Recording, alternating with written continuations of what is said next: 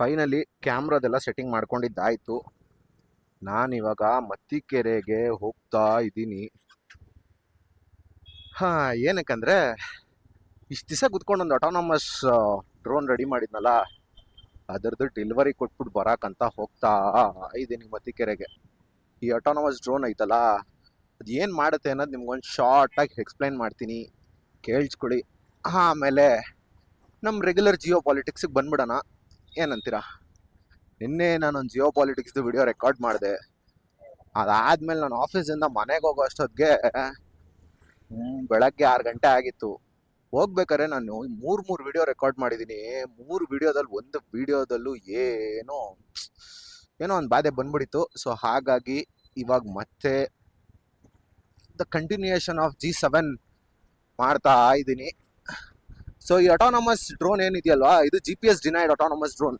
ಇದರಲ್ಲಿ GPS ಇರಲ್ಲ. ಇದ್ರ ಕೆಳಗಡೆ ಒಂದು ಆಪ್ಟಿಕಲ್ ಫ್ಲೋ ಸೆನ್ಸರ್ ಅನ್ನೋದೊಂದಿರುತ್ತೆ. ಈ optical flow sensor optical flow sensor ಅಂದ್ರೆ ಅದರಲ್ಲಿ ಒಂದು ಕ್ಯಾಮ್ರಾ ಇರುತ್ತೆ. ಆ ಕ್ಯಾಮ್ರಾ ಕೆಳಗಡೆ ಇರೋ ಏನ್ ಇಮೇಜ್ ಇರುತ್ತಲ್ಲ, ಅದು ಹಾರ್ಬೇಕಾದ್ರೆ ಆ ಇಮೇಜ್ನ ಮ್ಯಾಚ್ ಮಾಡಿಕೊಂಡು ಅದು ಸ್ಟೆಬಿಲೈಸ್ ಮಾಡ್ಕೊಳ್ಳುತ್ತೆ. ಸೊ ಇದು ಆಪ್ಟಿಕಲ್ ಫ್ಲೋ ಸೆನ್ಸರ್ದು ಕೆಲಸ.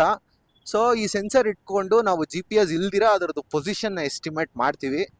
ಸೊ GPS ಇದ್ರೆ ಏನಾಗುತ್ತೆ ಅಂದರೆ, GPS ಗ್ಲೋಬಲ್ ಕೋಆರ್ಡಿನೇಟ್ಸ್ ಕೊಡುತ್ತಲ್ಲ, ಸೊ ಅದ್ರ ಮೇಲೆ ಇದ್ರದ್ದು ಪೊಸಿಷನ್ನ ಡಿಟರ್ಮೈನ್ ಮಾಡ್ಕೊತೀವಿ. ಇವಾಗಾದರೆ ಅದ್ರ ಪೊಸಿಷನ್ನ ಡಿಟರ್ಮೈನ್ ಮಾಡೋದಕ್ಕೆ ಈ ಥರ ಒಂದು ಸೆನ್ಸರ್ನ ಯೂಸ್ ಮಾಡ್ತೀವಿ. ಆ್ಯಂಡ್ ಇದು ಜಸ್ಟ್ ಅಟಾನಮಸ್ ಇದು ಜಸ್ಟ್ ಬಿಕಾಸ್ GPS ಡಿನೈಡ್ ಆಯ್ತಾ. ಇದು ಅಟಾನಮಸ್ ಆಗಕ್ಕಿದ್ದಲ್ಲಿ ಏನೇನೈತೆ ಅಂದರೆ, ಇದರಲ್ಲಿ ಒಂದು ಕ್ಯಾಮ್ರಾ ಐತೆ, ಪ್ಲಸ್ ಒಂದು RP ಲೈಡಾರ್ ಐತೆ. ಈ ಲೈಡಾರ್ ಏನು ಮಾಡುತ್ತೆ, ಅದ್ರ ಸುತ್ತು ಸರೌಂಡಿಂಗ್ಸ್ನ ಸ್ಕ್ಯಾನ್ ಮಾಡುತ್ತೆ, ಮತ್ತು ಅದ್ರದ್ದು ಡೆಪ್ತ್ ಎಸ್ಟಿಮೇಷನ್ನ ಮಾಡಿ ಅದ್ರ ಒಳಗಡೆ ಇರೋ ಆನ್ ಬೋರ್ಡ್ ಕಂಪ್ಯೂಟರ್ಗೆ ಪಾಸ್ ಆನ್ ಮಾಡುತ್ತೆ. ಈ ಆನ್ ಬೋರ್ಡ್ ಕಂಪ್ಯೂಟರ್ ಅದನ್ನು ಪ್ರೊಸೆಸ್ ಮಾಡಿ ಡ್ರೋನ್ನ ಎಷ್ಟು ಸ್ಟೇಬಲ್ ಆಗಿ ಎಲ್ಲಿಗೆ ಮೂವ್ ಮಾಡಬೇಕು ಅನ್ನೋದನ್ನ ಡಿಸೈಡ್ ಮಾಡಿ ಅದನ್ನು ಕೆಳಗಡೆ ಇರೋ ಪಿಕ್ಸಾಕ್ಗೆ ಕಳಿಸ್ಕೊಡುತ್ತೆ. ಸೊ ಈ ಥರ ಇದ್ರದ್ದು ಟ್ರೀ ಫ್ಲೋ ಇರುತ್ತೆ. ಈ ಫ್ಲೋ ಇಂದ ಇದು ಒಂದು GPS ಡಿನೈಡ್ ಅಟಾನಮಸ್ ಡ್ರೋನ್ ಆಗತ್ತೆ. ಸೊ ಈ ಡ್ರೋನ್ನ ನಾವತ್ತು ಒಬ್ರಿಗೆ ಡೆವಲಪ್ ಮಾಡಿಕೊಡ್ತೀವಿ ಅಂತ ನಮ್ಮನ್ನು ಕೇಳಿದ್ರು, ಆ್ಯಂಡ್ ನಾವು ಒಪ್ಕೊಂಡಿದ್ವಿ. ಸೊ ಹಾಗಾಗಿ ಅದರದ್ದು ಇವಾಗ ಡೆಲಿವರಿ ಟೈಮ್ ಬಂದಿದೆ. ಮತ್ತೆ ನಾವು ಜಿಯೋ ಪಾಲಿಟಿಕ್ಸ್ ಕಡೆ ಬರೋದಾದರೆ, ಜಿಯೋ ಪಾಲಿಟಿಕ್ಸಲ್ಲಿ ನಾವು ನಿನ್ನೆ ಒಂದು ಇಂಟ್ರೋ ಥರ ಕೊಟ್ಬಿಟ್ಟಿದ್ವಿ.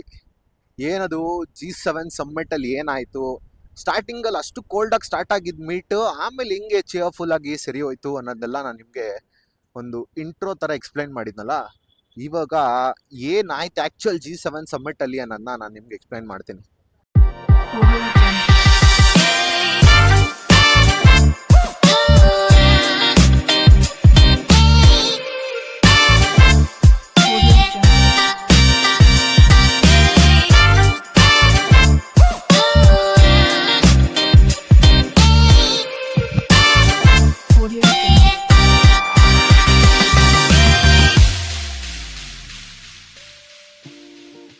Okay, has we come to geopolitics. G7 summit ಅಲ್ಲಿ ಸ್ಟಾರ್ಟಿಂಗ್ ಮೋದಿ ಮತ್ತೆ ಟ್ರಂಪ್ ಅವ್ರ ಮಧ್ಯೆ ಒಂದು ಹ್ಯಾಂಡ್ ಶೇಕ್ ಮತ್ತೆ ಒಂದು ಐ ಕಾಂಟ್ಯಾಕ್ಟ್ ಬಿಟ್ರೆ ಇನ್ನೇನು ಅಂತ ಡೆವಲಪ್ಮೆಂಟ್ ಇರಲಿಲ್ಲ.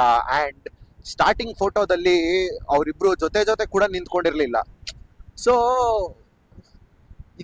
ಇದಕ್ಕೆಲ್ಲ ಏನ್ ಕಾರಣ ಆಗಿರ್ಬೋದು? ಅದಾದ್ಮೇಲೆ ಮೋದಿಯವರು ಹಿಂಗೆ ಅಂತ ಟ್ರಂಪ್ ಹೊಗಳೋದಕ್ಕೆ ಏನ್ ಕಾರಣ ಆಗಿರ್ಬೋದು ಅನ್ನೋದನ್ನ ನಾವು ನೋಡ್ತಾ ಹೋಗೋಣ. ಒಂದು, ನಾವು G7 ಅಲ್ಲಿ ಮೆಂಬರೇ ಅಲ್ಲ. ಫಸ್ಟ್ ಆಫ್ ಆಲ್ ಏನಕ್ಕಂದ್ರೆ G7 ಕೂಟ ಇರೋದು, ನಾನು ಇವಾಗ ಆಗ್ತಾ ಇದ್ದೀನಲ್ಲ, ದೇಶಗಳೆಲ್ಲ ಇರೋದು G7 ಕೂಟ. ಅದರಲ್ಲಿ ಇಂಡಿಯಾ ಒಂದು ಇನ್ವೈಟಿಂಗ್ ಮೆಂಬರ್. ಏನಕ್ಕಂದ್ರೆ ಅದಕ್ಕೆ ಕಾರಣ ಚೈನಾ. ಇವರೆಲ್ಲ G7 ಫಾರ್ಮ್ ಮಾಡಿದಾಗ ಇವ್ರ ಕೈಯಲ್ಲೇ ಎಲ್ಲ ಆಧಿಪತ್ಯ ಇತ್ತು. ಆದ್ರೆ ಗ್ರಾಜುವಲಿ ಬರ್ತಾ ಏನಾಯ್ತು, ಬೇರೆ ಕಡೆ ಇವಾಗ ಇಂಡಿಯಾ, ಚೈನಾ, ತೈವಾನ್ ಈ ತರ ಜಾಗಗಳಿಗೆ ದುಡ್ಡಿನ ಹರಿವು ಜಾಸ್ತಿ ಆಯ್ತು. ಅವ್ರು ಬಿಸ್ನೆಸ್ ಮಾಡಕ್ ಸ್ಟಾರ್ಟ್ ಮಾಡಿದ್ರು, ಅದು ಇನ್ಕಮ್ ಜಾಸ್ತಿ ಆಯ್ತು. ಸೊ ಈ ತರ ಇರ್ಬೇಕಾದ್ರೆ ಒಂದು ಚೈನಾನ ಎದುರಿಸಕ್ಕೆ ಬೇಕಾಗಿರೋಂಥ ಒಂದು ಪವರ್ ಬೇಕಲ್ಲ. ಸೊ ಅದಕ್ಕೆ ಇವಾಗ ದಿ ಬೆಸ್ಟ್ ಅದಕ್ಕೆ ಇವಾಗ ದಿ ಬೆಸ್ಟ್ ಕ್ಯಾಂಡಿಡೇಟ್ ಅಂದ್ರೆ ಇಂಡಿಯಾನೇ.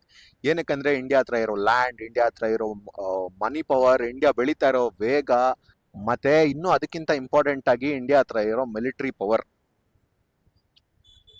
ಆಯ್ತಾ, ಈ ಎಲ್ಲಾನು ನಮ್ಮನ್ನ G7ಗೆ ಇನ್ವೈಟಿ ಮೆಂಬರ್ ಆಗಿ ಕರ್ಕೊಳ್ಳೋದಕ್ಕೆ ಕಾರಣ ಆಯ್ತು.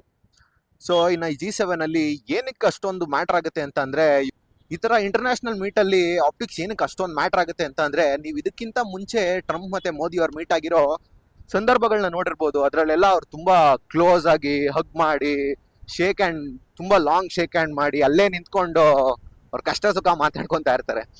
ಸೊ ಈ ತರ ಇರೋ ಟೈಮಲ್ಲಿ ಸುಮ್ಮನೆ ಹಂಗೆ ನೋಡ್ಬಿಟ್ಟು ಮಖ ತಿರುಗಿಸ್ಕೊಂಡು ಹೋಗ್ಬಿಟ್ರೆ ಏನಂತ ಅನ್ಕೊಂತಾರೆ ಅಲ್ವಾ. ಸೊ ಇದಕ್ಕೆ ಕಾರಣ ಏನಂತ ಅಂದ್ರೆ, ಈ ಬೈಲಾಟ್ರಲ್ ಮೀಟಿಂಗಿಗೂ ಜಸ್ಟ್ 2 hours ಮುಂಚೆ ಇಂಡಿಯಾ ಮತ್ತೆ ಅಮೆರಿಕ ಬೈಲಾಟ್ರಲ್ ಮೀಟಿಂಗ್ ಏನ್ ನಡೀತಾ ಇತ್ತಲ್ಲ, ಆ ಮೀಟಿಂಗ್ ಜಸ್ಟ್ ಒಂದು 2 hours ಮುಂಚೆ ಅಮೆರಿಕನ್ ವಾರ್ ಡಿಪಾರ್ಟ್ಮೆಂಟ್ ಏನ್ ನೋಟಿಫಿಕೇಶನ್ ಹೊರಡಿಸುತ್ತೆ ಅಂತ ಅಂದ್ರೆ, ಇನ್ಮೇಲಿಂದ ಇಂಡೋ ಪೆಸಿಫಿಕ್ ಕಮಾಂಡ್ ಏನಿತ್ತಲ್ಲ, ಅದನ್ನ ನಾವು ಖಾಲಿ US ಪೆಸಿಫಿಕ್ ಕಮಾಂಡ್ ಅಂತ ಕನ್ವರ್ಟ್ ಮಾಡ್ತೀವಿ ಅಂತ ಅದನ್ನ ಅವರೊಂದು ನೋಟಿಫಿಕೇಶನ್ ಹೊರಡಿಸ್ತಾರೆ. ಹಂಗ್ ನೋಡಿದ್ರೆ ಆ ಕಮಾಂಡ್ ಹೆಸರು ಡೆಕೇಡ್ಸ್ ಗಳ ಕಾಲ US ಪೆಸಿಫಿಕ್ ಕಮಾಂಡ್ ಅಂತಾನೆ ಇತ್ತು. ಆದ್ರೆ ಮೋದಿ ಅವ್ರು ಬಂದ್ಮೇಲೆ ಅದಕ್ಕೆ ಇಂಡಿಯಾ ಇರೋ ಇಂಪಾರ್ಟೆನ್ಸ್ ನ ನೋಡಿ ಅಮೆರಿಕಾದವ್ರು ಏನ್ ಮಾಡಿದ್ರು, ಇಂಡೋ ಪೆಸಿಫಿಕ್ ಕಮಾಂಡ್ ಅಂತ ಚೇಂಜ್ ಮಾಡಿದ್ರು.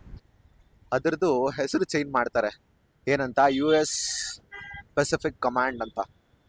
ಸೊ ಇದೊಂದೇ ಇನ್ಸಿಡೆಂಟ್ ಆಗಿತ್ತಾ? ಅಲ್ಲ, ಇದಕ್ಕಿಂತ ಒಂದು ವರ್ಷದಿಂದ ನಾವು ನೋಡ್ತಾನೆ ಇದೀವಿ 18% ಟ್ಯಾರಿಫ್, ಅದಕ್ಕಿಂತ ಜಾಸ್ತಿ ಟ್ಯಾರಿಫ್ ಹಾಕ್ತಾನೆ ಹೋಗ್ತಾ ಇದ್ರು.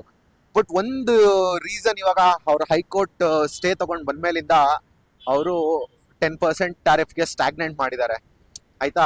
ಸೊ ಈ ತರ ಅವ್ರು ನಮ್ಮ ಮೇಲೆ ಎಕನಾಮಿಕಲ್ ಪ್ರೆಷರ್ ಆಗಿರ್ಬೋದು, ಸುತ್ತಮುತ್ತ ನಡೆಯೋ ಜಿಯೋಪೊಲಿಟಿಕ್ಸ್, ಬೇರೆ ಬೇರೆ ದೇಶಗಳ ಡಿಸಿಷನ್ಸ್ ನ ಇವ್ರು ಕಂಟ್ರೋಲ್ ಮಾಡಿ ನಮ್ಮ ಮೇಲೆ ಪ್ರೆಷರ್ ಹಾಕೋದಕ್ಕೆ ಟ್ರೈ ಮಾಡ್ತಾರೆ. ಬಿಕಾಸ್ ಅಮೆರಿಕ ಯಾವಾಗ್ಲೂ ಏನ್ ತೋರಿಸ್ಕೊಬೇಕು ಅನ್ಕೊಳುತ್ತೆ ಅಂದ್ರೆ, ನಾವು ಎಲ್ಲಾರ್ಗಿಂತ ಸುಪೀರಿಯರ್ ಅನ್ನೋದನ್ನ ತೋರಿಸ್ಕೊಬೇಕು ಅನ್ನೋದನ್ನ ಇಷ್ಟಪಡುತ್ತೆ.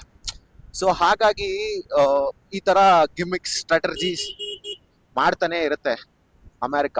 ಅದಕ್ಕೆ ಇಂಡಿಯಾ ಹಾಗೆ ರಿಯಾಕ್ಟ್ ಮಾಡಿತ್ತು ಅವತ್ first day. But next day afternoon lunch meeting ಟೈಮಲ್ಲಿ ನೀವು ನೋಡ್ಬೋದು, ಅವರೆಲ್ಲ ಚೆನ್ನಾಗೆ ಕುತ್ಕೊಂಡು ಮಾತಾಡ್ತಾ ಇರ್ತಾರೆ. ನಾನು ನಿಮಗೆ ನಿನ್ನೆ ವಿಡಿಯೋದಲ್ಲಿ ಹೇಳಿದ್ನಲ್ಲ, ಅದನ್ನ ಅವಾಗಲೇ ಟ್ರಂಪ್ ಹೇಳೋದು ಏನಂತ ಅಂದ್ರೆ, Modi is my dear friend, Modi ಎಷ್ಟು ಕಾಮ್ ಕೂಲ್ ಆಗಿರ್ತಾರೆ, ಅಷ್ಟೇ ಕಿಲ್ಲರ್ ಮ್ಯಾನ್, ಹಂಗೆ ಹಿಂಗೆ ಅಂತ. ನೀವು ಆ ಸೆಂಟೆನ್ಸ್ನೆಲ್ಲ ಹಾಕ್ತೀನಿ ನೋಡಿ ನೀವು. ಸೊ ಹಾಗೆ ಮತ್ತೆ ಇನ್ನೊಂದು ವಿಚಾರ ಹೇಳ್ತಾರೆ. ನಾನು ಹೌಡಿ ಮೋದಿ ಪ್ರೋಗ್ರಾಮಿಗೆ ಬಂದಿದ್ದಾಗ ಒಳಗಡೆನೆ 1.5 ಲಕ್ಷ ಜನ ನಿಂತಿದ್ರು, ಐ ಮೀನ್ ಸಿಟಿಂಗ್ ಇತ್ತು. ಬಟ್ ಸ್ಟಿಲ್ ಆಚೆಗಡೆ 2.5 ಲಕ್ಷಕ್ಕಿಂತ ಜಾಸ್ತಿ ಜನ ಇದ್ರು. ಈ ರೆಕಾರ್ಡ್ ಇದುವರೆಗೂ ಬ್ರೇಕ್ ಆಗಿದೆಯೋ ಇಲ್ವೋ ನನಗೆ ಗೊತ್ತಿಲ್ಲ ಅಂತ ಕೂಡ ಹೇಳ್ತಾರೆ. ಸೊ ಈ ತರ ಅವ್ರದ್ದು ಜಿಯೋ ಪೊಲಿಟಿಕಲ್ ಪ್ರೆಷರ್ನ ನಮ್ಮ ಮೇಲೆ ಯಾವಾಗ್ಲೂ ಹಾಕೋದಕ್ಕೆ ಟ್ರೈ ಮಾಡ್ತಾನೆ ಇರ್ತಾರೆ. ಅದರಿಂದ ನಮ್ಗೆ ಉಪಯೋಗ ಏನಾಯ್ತು ಅಂತ ಅಂದ್ರೆ, ರೀಸೆಂಟ್ ಆಗಿ ಆಲ್ಮೋಸ್ಟ್ ಹತ್ರ ಒಂದು US ನೇವಿ ಸ್ಟ್ರೈಕ್ ಮಾಡಿ 3 ಜನ ಸೇಲರ್ಸ್, ಇಂಡಿಯನ್ ಸೇಲರ್ಸ್ ಸತ್ತೋಗಿದ್ರು. ಈ 3 ಜನ ಏನ್ ಇಂಡಿಯನ್ ಸೇಲರ್ಸ್ ಸತ್ತೋಗಿದ್ರಲ್ಲ, ಇವ್ರ ಬಗ್ಗೆ ಮೋದಿ ಅವರು ಟ್ರಂಪ್ ಹತ್ರ ಡೈರೆಕ್ಟ್ ಆಗಿ ಮಾತಾಡ್ತಾರೆ. ಸೊ ಅದಕ್ಕೆ ಟ್ರಂಪ್ ಏನ್ ಹೇಳ್ತಾರೆ ನೀವೇ ಕೇಳಿಸ್ಕೊಳ್ಳಿ. But there is also a tragic loss of lives of Indian sailors recently, sir, in American strikes. Any words of condolences for the grieving families? Yeah, I do. I heard about that. It's a rough profession. There's no question about it. And we work together on it. This has been happening throughout time, but we work together on it. Yeah, certainly. We love all of those people. They're great people. Yeah, please. So Trump ನಾವು ಅದನ್ನ discuss ಮಾಡಿ resolve ಮಾಡ್ತೀವಿ ಅಂತ ಮೋದಿ ಅವ್ರ ಹತ್ರ ಮಾತಾಡ್ತಾರೆ. ಅದು ತುಂಬಾ ಡೇಂಜರಸ್ ಆಗಿರೋಂತಹ ಜಾಗ, ವರ್ಕ್ ಪ್ಲೇಸ್, ಅಂಡ್ ಈ ತರ ಇನ್ಮೇಲೆ ಆಗ್ದಂಗೆ ನಾವು ನೋಡ್ಕೊಂತೀವಿ ಅಂತ ಅಂತಾರೆ. ಏನ್ ನೋಡ್ತಾರೋ ಬಿಡ್ತಾರೋ. ಸೊ ಇದಾಗಿತ್ತು geopolitics of G7 summit. ಹಿಂಗಿತ್ತು G7 ಸಮಿಟ್ ಅಲ್ಲಿ. ಅದಾದ್ಮೇಲೆ ಇನ್ನೊಂದು very important news that I would like to share with you all is, Sam Altman ಅವ್ರು ಹೇಳಿದ್ದಾರೆ ದಟ್, ಸ್ಯಾಮ್ ಆಲ್ಟ್ಮನ್ ಗೊತ್ತಲ್ಲಪ್ಪ, ಚಾಟ್ ಜಿಪಿಟಿ ಓನರ್. ಈ ತರ ನಮ್ ಮೇಲೆ ಬಿಟ್ಬಿಡ್ಬೇಡ್ರಿ. ಒಂದ್ ಕಂಪ್ನಿ ಮೇಲೆ ನೀವು ರೆಗ್ಯುಲೇಷನ್ಸ್ ನ ಹಾಕೋದಕ್ಕೆ, ನೀವು ನಿಮ್ ದೇಶದ ರೆಗ್ಯುಲೇಷನ್ಸ್ ನ ತಗೊಂಡ್ಬಂದು ನಮ್ಗೆ ಹೇಳ್ರಿ ದಟ್ ನೀವು ಈ ರೆಗ್ಯುಲೇಷನ್ ನ ಫಾಲೋ ಮಾಡ್ರಿ ಅಂತ ಸ್ಯಾಮ್ ಆಲ್ಟ್ಮನ್ ಅವ್ರು ಹೇಳಿದ್ದಾರೆ. ಸೊ ನೀವು ನೋಡ್ಬೋದು ಅದ್ ಎಷ್ಟು AI ಬರ್ತಾ ಇನ್ನು ಎಷ್ಟು ಡೇಂಜರಸ್ ಆಗ್ತಾ ಹೋಗ್ಬೋದು ಅನ್ನೋದನ್ನ. Stay tuned. ಅಲ್ಲಿವರೆಗೂ ಕಾಯ್ತಾ ಇರಿ. Until then bye. Like, share, and subscribe.